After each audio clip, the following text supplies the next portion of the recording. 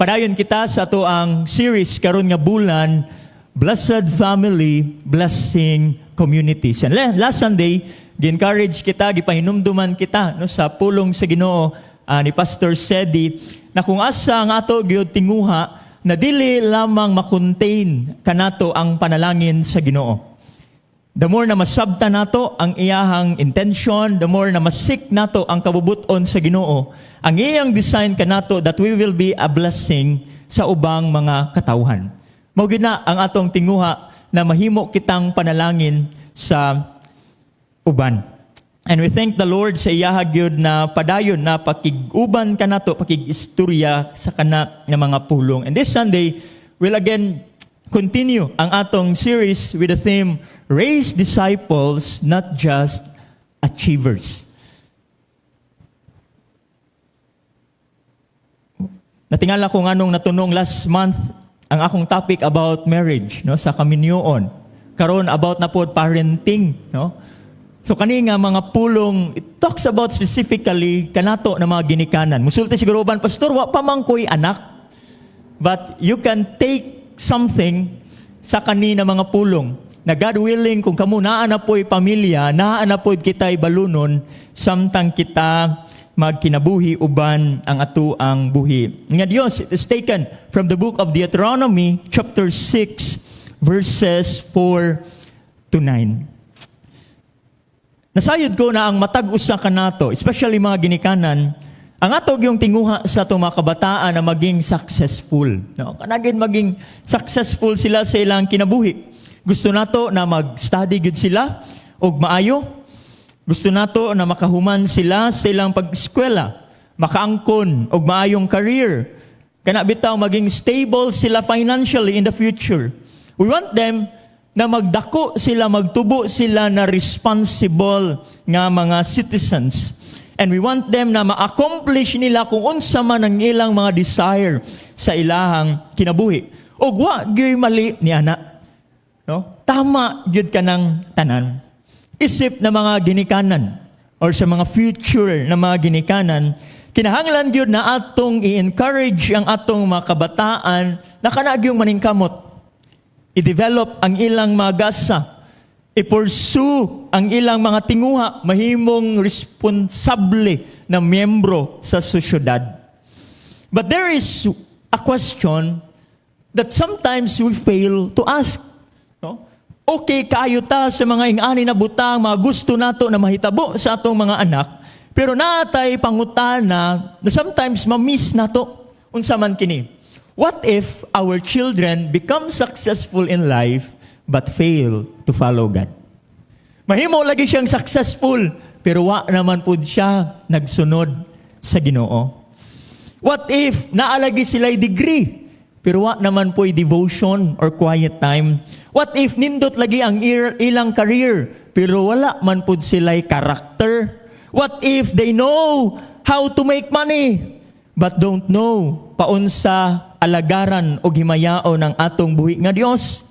What if they know how to compete, pero di sila kabalo mo serbisyo? What if they become successful according sa standard sa kalibutan, but spiritually empty di ay sila? Nga naman mga kaigsuunan, because the world measures differently from God.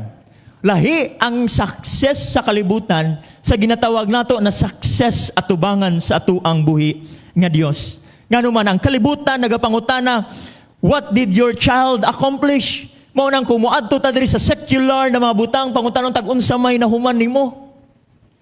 Unsa may makakayanan nimo, no? Makaingon lang kita, gwapo ra gyud ko pero maura gyud ni taman, no? Pero ang atong buhi nga Dios mangutana kanato, who did your child become? Kumusta man ang imong anak? Nahimo ba siyang panalangin sa atuang community? Nahimo ba siya napadayo nagasunod dira sa kalibutan?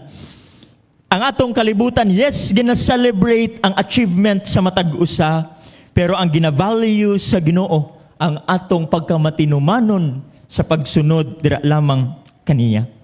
Mao na ang burden behind sa atong pamalandungan karon sa Book of Deuteronomy, chapter 6, verses 4 to 9. No? Kung naka mo yung mga Biblia, ato ng isa-isahon later on kana na mga verses. Para masabta natog maayo, kani nga passage, kinahanglan masabta nato kung asa ang Israel, ang mga Israelites ani nga time. Mao kini ang mga pulong nagisulti ni Moses sa mga Israelita. Nganuman, ang mga Israelites nag-spend sila og pila 40 years sa wilderness, di ba? Kung atong balikan ang pag-exit nila mo ng Exodus, no? Paghawa nila na sila gi-capture, nag-spend sila 40 years sa wilderness. O kani nga generation for 40 years ang uban na mga henerasyon niini namatay na, no? Sa katigulangon or sa mga sakit. Now, si Moses gisulti niya kini sa mga bagong tubo na mga Israelites. Bagong henerasyon na kung asa duol na sila sa promised land. Diba? O may gisaad sa Ginoo sa kanila ang promised land. They were about to enter Canaan this time. And Canaan would be very different from the wilderness. Lahi ang wilderness sa Canaan, sa promised land, nagiano sa Ginoo. Ngano man, ang wilderness, nahimo ka ng lugar na kung asa maging dependent sila sa Diyos. Nagadepende sila sa Ginoo, sa ilang imno na tubig. Nagadepende sila sa Ginoo, sa direksyon na ilang pagahimoon. Pero ang Canaan would bring them unsaman. Pag abot nila dito, naanay mga panimalay. Naay mga vineyards. Grabe na, kanindot, stable na kayo. In short, comfortable na ang ilahang kinabuhi. And Moses knew something, noon sa man, na ang greatest danger sa mga Israelites is not suffering. Anad sila, na masakitan sila, pasakitan sila, pero ang danger, possible success. Na kung moabot sila dito na ayahay na ilang kinabuhi, basi mulahi na, malimta na nila ang pagdepende sa Ginoo. That is why later, in verses 10 to 12 of chapter 6 of the book of Deuteronomy, giwarningan ni Moses na kung musulod na gani sila sa land, i-enjoy nila ang mga panimalay na dili sila'y nagtukod, muinom sa mga well, na wala sila nagkalot, mukaon sa mga pananom na wala nila gitanom, they must be careful not to forget the Lord. Ayaw ninyo kalimti ang Ginoo. Nganuman, Israel was entering a culture where other gods were worshipped.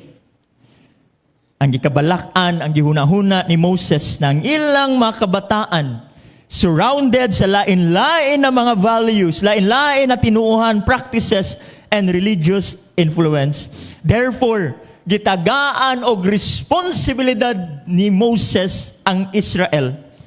Kung atong isum up kana tanan ang iyang ginasulti, ayaw tuguti na ang sunod nga henerasyon makalimtan ang Ginoo. And that's where this passage speaks powerfully to us today. Nganuman, kaya ang atong mga kabataan nagatupo man pud ni ug naay nagakompete sa ilahang mga kasing-kasing. Ang ilang mga teachers, ma-influensyahan sila, di ba? Pag atong tudluan atong anak, kung siya ginaingon sa atong mga anak, di man na maoy ingon ni teacher. Ha? Ang ilang mga higala, ilang friends, ang social media, ang YouTube, Facebook, TikTok, naga-influence dira kanila. Ang entertainment, no? Tingalan ng tagkalit na magsayaw akong anak. No? Makadungog rag isa ka beat dira mo. Kasi tawag na na karang Brazilian dance, no? Mahay na lang kay puro wala atong tiil, wag gyud ko nakatuon. Kay lisod nag ako'y makapost sa Facebook na nag-ingana ako, no? Ang mga celebrities, ang algorithms, naga-influence kita. And sometimes, parents realize na samtang kita busy sa future sa ato mga kabataan, busy kita na atong erase ang ilang future, uban di ay na mga butang maoy naga-shape sa ilang kasing-kasing. You know what I mean? Karabit ang perti natong paningkamot, i-provide ang ilang panghinanglanon para lang yun maka-eskwela sila kung unsay need nila ang among project laptop. May project na laptop, wala man siguro, no? Ingana, ang ano, namin ingani, i-provide nato tanan. Pero wa nato nabalaan, na lahi na daay ng mga butang ang nag-shape sa ilang kinaiya, sa ilang kinabuhi. So the question isn't, will our children be discipled? Pwede ba i-disciple ang among anak? Pwede kayo. But the question is, kinsa man ang mo-disciple kanila? Kinsa man ang mutudlo kanila? O ang Book of Deuteronomy, specifically in chapter 6, gitagaan kitag pattern na kung unsay angay nato himuon para sa mga musunod na mga henerasyon. Una, let our children, apilon gyud akong kaugaling, let our children see a faith that loves God. Tugutan nato ang atong mga kabataan, makita nila ang pagtuo na kita mahigugmaon dira sa tuang buhi nga Dios. Verses 4 to 5. Noon sa giingon sa verses 4 to 5. Hear, O Israel, the Lord our God, the Lord is one. You shall love the Lord your God with all your heart, with all your soul, and with all your might. The first thing na gihatag ni Moses sa pamilya, dili teknik dayon. Dili wala siya nagingon, mao nimong himuon. Isip nga ginikanan, mao dayon nimong himuon. No. Dili parenting technique ang gihatag ni Moses. But unsa? He gives them God Himself. Gipaila-ila niya, gipahinumduman nila na ang Ginoo na ilang ginasimba. Mo nang nisulti siya, Hear, O Israel, paminawa ninyo kini. The Hebrew word equivalent of that is Shema. Kung imong tanawon, kung ato lang translation here, paminawa lang. Pero kung imong tanawin the original text, it is more than simply receiving a sound na maminaw lang ka. It involves what? Listening with the intention of responding. Naminaw ka, kay kanang imong gipaminawan, mo respond ka, naa kay himuon ni ana. Subot pasabot, pag misulti ka ni Shema o Israel, it talks about hear and obey. Paminawa at the same time, tumana. Ang akong gisulti kaninyo. Israel was being called na maminaw dira sa Ginoo. Kinahanglan i-organize nila ang ilang entire na kinabuhi around sa ato ang buhi nga Dios. Munang niingon siya, the Lord our God, the Lord is one. Nganong gi-emphasize man na ni Moses, this was radically important sa ancient world. Kay nga naman, Israel lived sa mga nasod that worship many gods. Daghan na mga Diyos-Diyos. Ang Egypt, naay mga Diyos-Diyos. Ang Kanaan, naapoy mga Diyos-Diyos. Different nations, lahi-lahi ang ilang mga ginahimo, lahi-lahi ang ilang kultura. But for Israel, ang gideclare ni Moses, usara ang Diyos, usara ang Ginoo na atong ginaalagaran. Ug mao na ang Ginoo na nagtabang kanato gikan sa paggawas nato didto sa Ehipto hantod hapit na kita moabot sa promised land. Therefore, unsay ang giingon? Love the Lord your God with all your heart, with all your soul, with all your might. Take note, iyang gigamit na word all, tanan. All your heart, all your soul, all your might.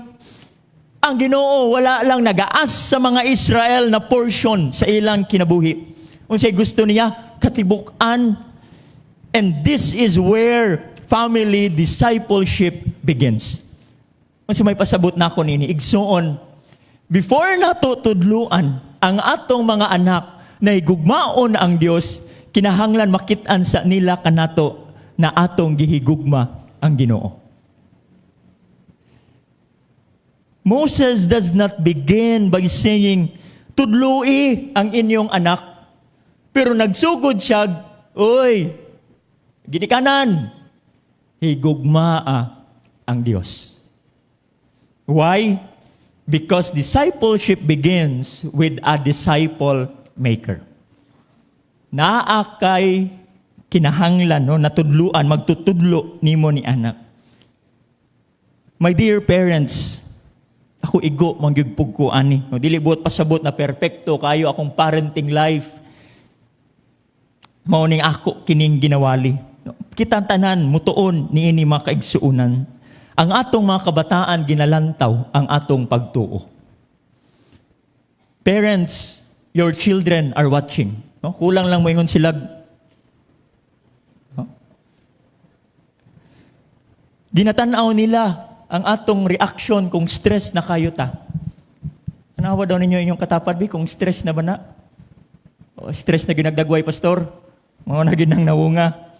They watch us. What happens kung naay makadisappoint ka nato? Ginatanaw ta nila, paunsa kita mo istorya sa ato ang bana or sa ato ang asawa. They watch us, paunsa nato i-treat ang mga tao na wala man tay mabenepisyo niini. They watch us paunsa kita mo respond kung tagakuot nato sa tumbol sa wagay mo gawas na kwarta. Oh, parang pitos gyud. Ginatanaw ta nila unsay ginahimo nato kung di mo pabor kanato ang sitwasyon. They watch whether God is really important sa atuang kinabuhi. Magsige tagsulti siguro, God is first. Unahon gyud ang Ginoo. But if they constantly see na kita nagatrabaho, kwarta kanunay, entertainment, sports, personal interest, taking priority over sa tuang Ginoo, they will learn something different. We can tell them, prayer is important, pag-ampo, gyud nak. But if they never see us pray, they will learn something different. Kumusulti kitag, importante mo basa kita sa pulong sa Ginoo. Pero kung ang atong Biblia nagpabilin nga sirado all week, they may conclude, di man day importante ang magbasa sa pulong sa Ginoo. Children don't only listen to what we say, they watch what we value. Ginatanaw ta nila, mga kaigsuunan.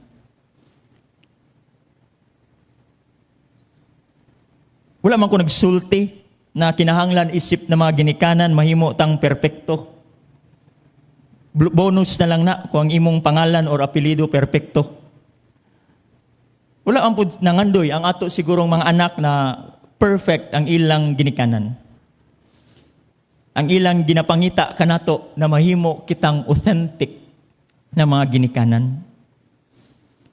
Gusto nila makitaan kung unsa ang tinud-anay nakapasayloan. Sometimes, the most powerful discipleship moment, kung ang usa ka ginikanan, musultig, pasaylo ako nak, na mali ko, kinahanglan po nako ang grasya sa Ginoo. That's discipleship. Kung makitaan ta sa itong mga kabataan na muampo ta sa mga panahon na wala kita kabalo, that's discipleship. When your child, ang atong mga kabataan, makitaan, nakabalo kita, mupasaylo sa uban, that's discipleship. When our child sees us na pilion ang integrity over convenience, that's discipleship. Kung ang atong mga kabataan, makitaan na muserve kita sa Ginoo, bisan pag wala kita gina-recognize, that's discipleship. Nga naman, your life, ang imong kinabuhi, ang atong kinabuhi, is preaching a sermon na makitaan sa atong mga kabataan. The question is, unsa man na klase nga sermon ang ilang mapaminawan matag adlaw? Basi lahi na sermon? No? Basi yaw-yaw na? Kasaba na? Basi katunang kanta na pagising sa umaga, sermon ang halmusal? No? Lahi. Igsuon. In application, parents, kanatong tanan, don't begin by asking, paunsa man ako himuon ang akong anak mahigugma sa Dios? Dili, begin, tinud-anay ba ang akong paghigugma sa Ginoo?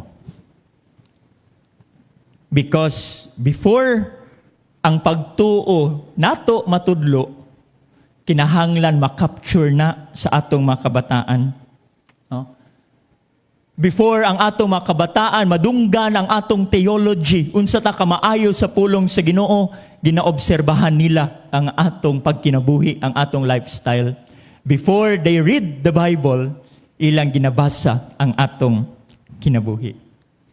Brothers and sisters, let our children see our faith na kita may gugmaon sa Ginoo. Secondly, let our children hear. Kung ganina makitaan, karon mapaminawan ang pagtuo, that is what?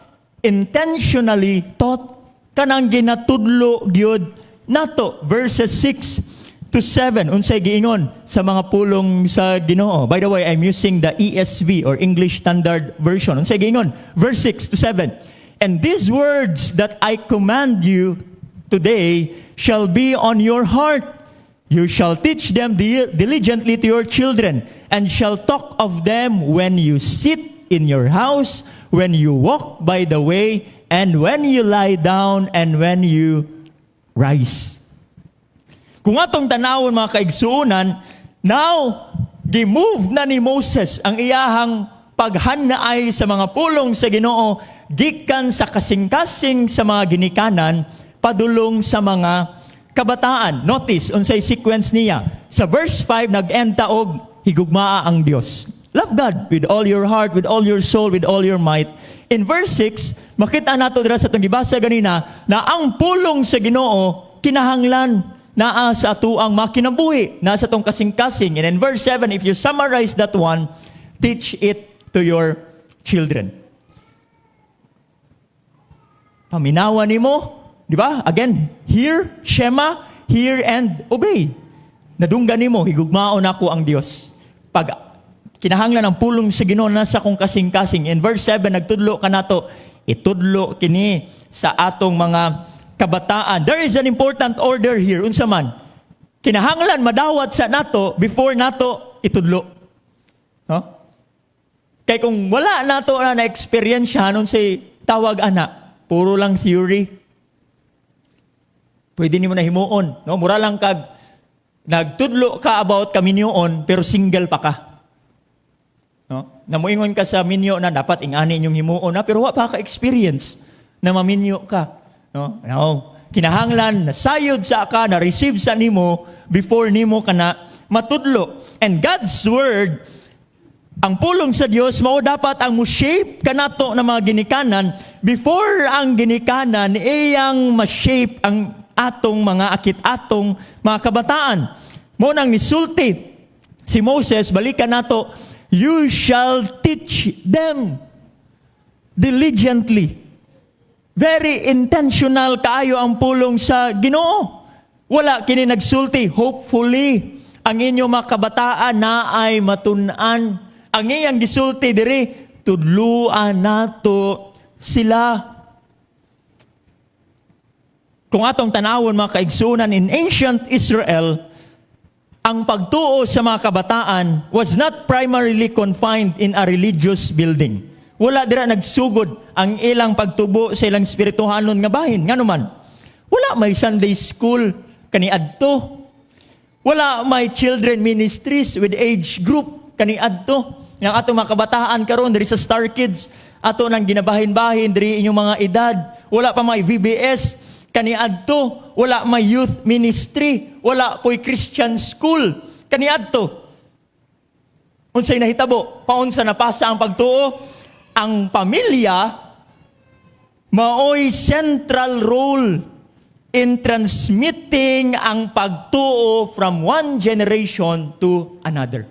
Ang ginikanan maoy mohimo ni ana, mao ang responsable sa pagtudlo sa sunod nga henerasyon sa gihimo sa Dios. Mao nang kung imong basahon ang Salmo Psalm 78:5-7, ang gist ni ana nagsulti siya, he commanded ang atong mga amahan, no, to teach their children later on. Nganong fathers man ang naa diri, so that to teach their children so that the next generation might know them. Balikan nato unsay gikabalak ani Moses na makalimtan sa sunod henerasyon ang Ginoo. Mo nang iya gyud ginabalik-balik tudluin ninyo na dili nila malimtan, mapasa ninyo ang pagtuo. Unsa may goal ni Igsoon? The goal was generational faithfulness. From generation to generation, magpabilin ang atong pagtuo, matinumanon kita sa Dios. Kinahanglan na ang usa ka henerasyon para dili maputol ang pagtuo sa Ginoo, kinahanglan tudluan nato ang atong mga kabataan. Ang atong kabataan mao'y mutudlo sa atong mga apo. Ang atong mga apo mao na po'y mutudlo sa sunod. Dili dapat nato kana putlon. Matag henerasyon kinahanglan mutudlo. And brothers and sisters in the Lord, discipleship happens in ordinary moments. Look, unsay giingon ni Moses, you shall teach them diligently to your children and shall talk of them, paunsa daw? When you sit in your house, when you walk by the way, when you lie down, muhigda, og kung ikaw mubangon na. Wala nagsulti si Moses, teach them during your weekly religious lesson. Wala nagsulti diri, dalang inyuhang anak kay patudloy sa atong Sunday school teacher. Importante man na.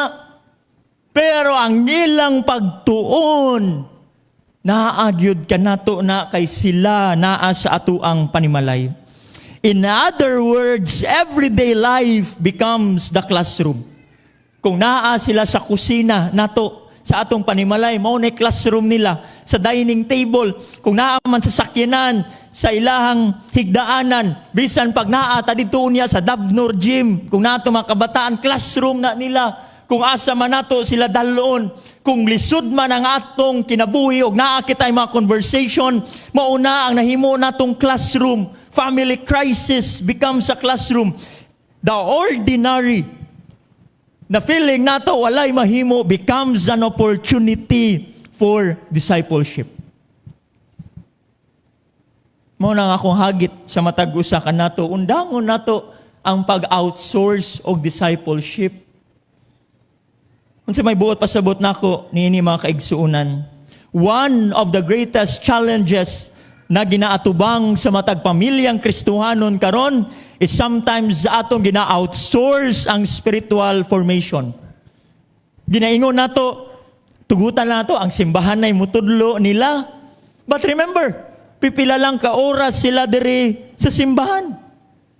Ang culture na i-access nila matag adlaw. Ang ilang mga cellphone, mao'y nag-disciple kanila. Ang social media, mao'y nag-disciple kanila. Ang ilang mga friends, ang entertainment, mao'y nag-disciple kanila. So mga ginikanan ang pangutana, kinsaman ang nagatudlo sa inyong mga anak kung wala mo sa ilahang tapad.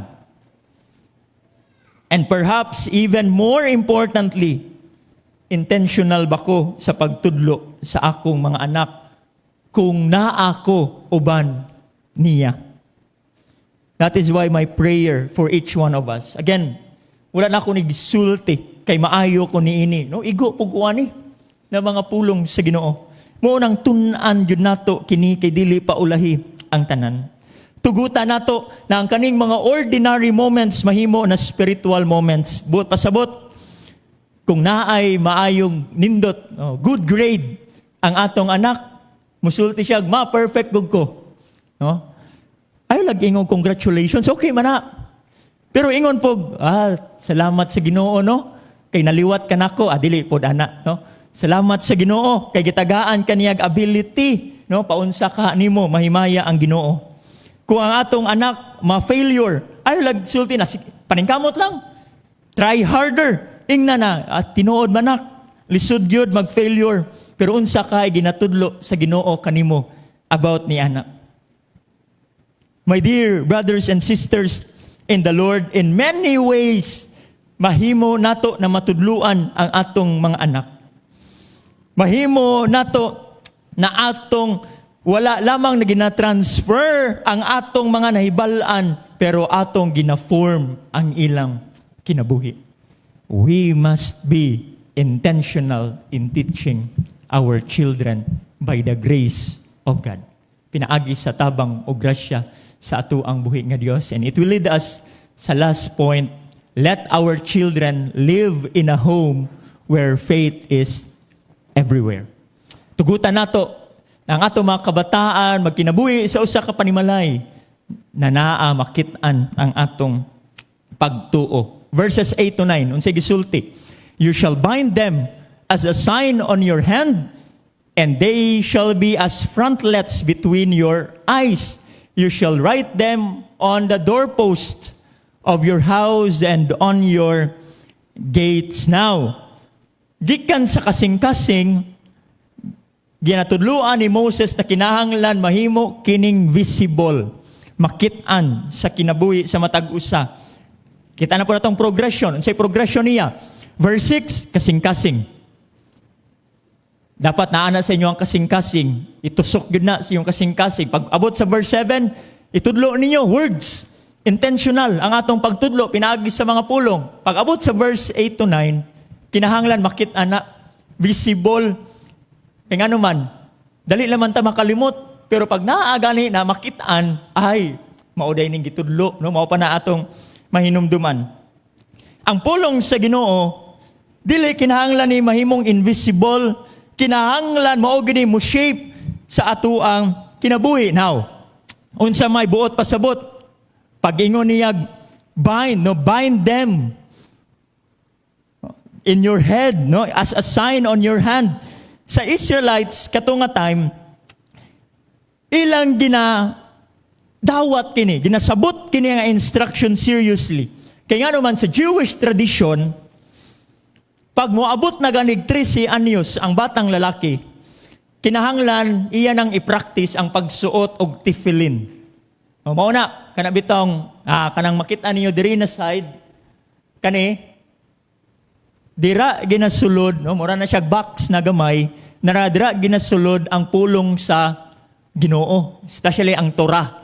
No, mga pagtudlo sa tuang buhi nga Dios, gamay ra na box na ginasulod ang mga pulong sa Ginoo, ginabutang sa ilahang agtang, very literal, no, na ilang pagsabot na bind them on your head, no, gibutang gina nila sa ilang agtang ug kanang diri sa kamot dili na design, naapod day mga bersikulo na ilang ginaputos. Again, unsa giingon sa pulong sa Ginoo, bind them in your hand, sa inyuhang mga head.